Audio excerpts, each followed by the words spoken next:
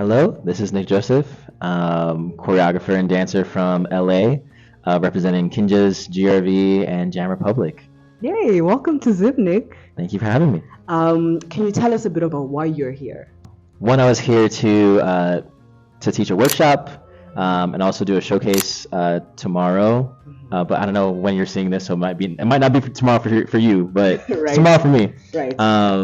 And yeah, just exchange and share with the community as much as I can and experience Zimbabwe for what it is. Now, a lot of people know you from obviously choreographing the BTS Butter Megan Thee Stallion remix, right? And this is specifically for K-pop stans or K-pop fans. Can you just give us a brief background of who Nick Joseph is? Like, how did Nick Joseph become Nick Joseph to go to Korea and end up working with BTS? That's a crazy. How did Nick Joseph become Nick Joseph? Yeah.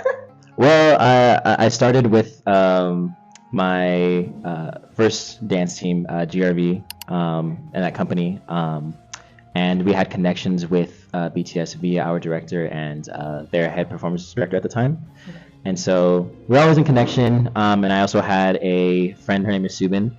She was also on GRV, Okay, nice. but for a limited amount of time because she was there in the US for a few years. Went back to Korea and started working with Hybe as well. And then later on, years later, as I'm like developing my choreography and my style, she hits me up and is like, "Hey, like, do you want to work in Korea?" And I'm like, "Sure, I guess." Why not? Not really expecting much to come out of it. Right. And then the next day, I get like a whole email about paperwork and things like that. And maybe a month later from then, I'm in Korea for 6 months, like working with Hybe artists, namely TXT, BTS, and then doing a few training sessions with like Enhypen. And yeah, that's like the start of the K-pop journey. And since then, it's been a whirlwind of like working with different groups, different talents, touring with people, touring with Suga, Jungkook. That's so cool. Yeah. We'll get into that just now. Just a bunch of stuff, yeah. Cool. Okay. You mentioned GRV. Yeah. I don't think you mentioned Kinjaz. Did you Yes, mention Kinjaz, yes, I did. So, can you just give us a brief background of what GRV is and maybe your work in Kinjaz as well? Yes, GRV is a team based in SoCal, started in 2007 by David Lim, and I joined in 2016. Yeah, 2016. I was, I think, 18 at the time. I'm 28 now, old. No, you're not. I've been on GRV for 10 years now, and yeah, we compete in like the SoCal like dance scene, but have also performed on world stages like with Suga. We've done the backup dancing for like BTS and things like that. So it's a very cool mix of like very high end professional work, while still being true to our roots of competing at your vibes, at your body rocks and things like that, that are like the big competitions in SoCal. And then Kinjaz, founded by Mike Song and Anthony Lee. I joined, I believe, in 2013. Okay. And yeah, since then it's been a whirlwind, just like working with them. We were in South Africa a few years back, Oh, so that was cool. my first time being on the African continent. Right.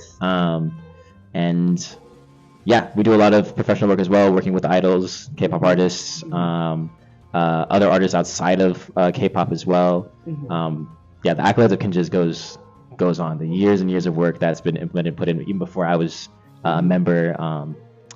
It's just infinite, low-key. So you already had a background of working with K-pop artists from these two groups. Yes. What was the order of the first first K-pop project that you did?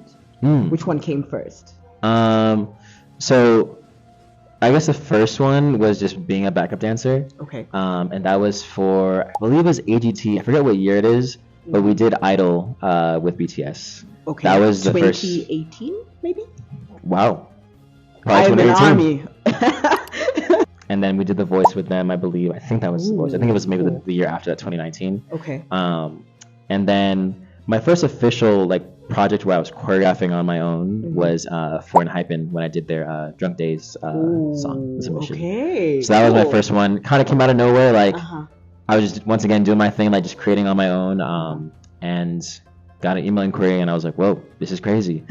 And first time ever doing my own K-pop. But luckily at that time, I had been involved in so many other skeleton crew projects with GRV, because GRV also did skeleton crews that I was able to be a part of and contribute some choreography, but in tandem with other choreographers. So it was a lot of collaborative work.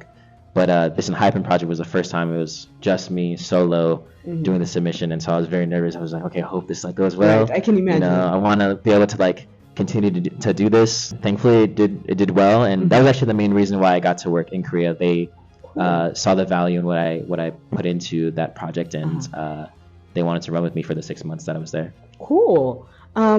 Dancers often, and choreographers alike, I'm sure, have a very, people perceive these two roles as background roles. Now, I know for a fact when the behind the scenes clip came out of the BTS Butter remix, and you were there physically teaching J-Hope, Jimin, and Jungkook.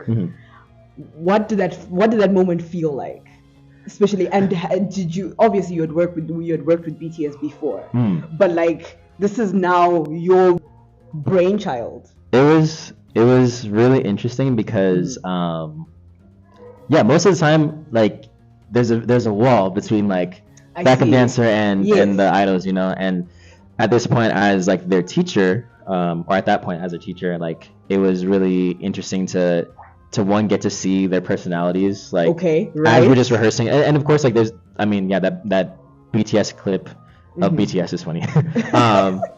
Like you see us interacting and whatnot, like outside of those rehearsals, like they're just like cool guys, you know. They're just cool. I mean, I know everyone is like, oh my gosh, I love them so much. Yeah, love them too, but like they're also just normal guys. They're human beings that are funny, goofy, that like, you know, are like, for example, when I was like working with JK on the BTS Butter one, like he's like, like, am I doing this right? I'm like, bro, you're doing it right. You keep asking me, but like you're killing it, bro. You got it. Bro. And I've mentioned this like so many times, but like it was also really cool to see their respect for what I made for them and wanting to do better. Like they did it one time beforehand and they weren't satisfied, so they decided to do it again. Cool. You know, and it was cool to feel like what I had made for them wasn't just like a task to like tick off and be like, all right, cool, like yeah, we did it, we're good. They were like, no, we want to like perfect it and do it well. That's cool. And so I just really enjoyed that they didn't make me feel like a background person. They were like, oh no, like, you're the artist that is giving us something, and so we're gonna appreciate it just as much as you appreciate us. That's pretty cool. Most recently you worked on 2.0. Yes. Of Arilang. How did that happen? Just similar process as like most submissions. Got an email, came in, I was like, oh whoa, cool, comeback stuff, you know. Got the song, got to it, and I think by now everyone's kind of aware of like the process is like typically they have multiple choreographers on the song, and it was really cool to give them a lot of my movement and have them use almost all of it. Especially on a comeback, you know, when like their desire is to be different, it is to be something that they haven't presented to their audience before, you know. And I don't know, I'm just really like thankful and grateful that they resonated with the movement at such a high level and decided that they wanted to present it that way. And even the music video itself, like the direction on it, the old boy reference, like, and then seeing that reference tacked on to like the choreography, I'm like, wow, this all like came together so well. I don't know, just a great process to be a part of, and well done. I'm really glad that they enjoy it and the fans enjoy it. Where do you see yourself in terms of K-pop projects in future? Is there a particular group that you want to work with? I've actually never been asked that question. I think let's see. I think for the longest time I've resonated with like Stray Kids, like high intensity and like slightly aggressive like nature. I think it's mainly coming from like my background with GRV. Like if you go far enough back, like GRV's main style is like the aggressive, hard hitting stuff, and so I've always kind of wanted to work with them. So I think they'd probably be a group that I'd love to collaborate and choreograph for at some point. Cool. So we'll see. Yeah. Stray Kids, GRP, hit us up, please. That's cool. Do you have any advice for a young dancer that wants to be successful in the field, but is sort of losing hope because of a lot of other factors, that can come in the way of their career? What I would tell, it's a lot of cliches, but like being true to like what your artistic voice is. Okay. So for example, like for me, like I was deeply inspired by the previous generation. So my OGs, which were like the Brian Pusposes, the Keonis, the Bam Martins, like all those people, and how they kind of paved the path of like teaching internationally, but also doing their own videos where you got to see their artistic voice. I think a lot of times we, especially now, because social media is so prevalent, like we see the quick route of like, okay, cool, make a video, have it go viral, and maybe that's gonna like get me somewhere, and it can. Yeah. But I think what sticks with people and what sticks with I guess people that can give you opportunities, or how you can present opportunities to yourself, is solidifying your creative voice through longer term projects that take slower or more amount of time to complete, because nothing is like done overnight, and anything that is worth lasting doesn't happen in a viral moment, you know? Yeah, of course. Sometimes, you know, but even with the people that are going viral, like you'll look back and you'll see that they've been doing intense work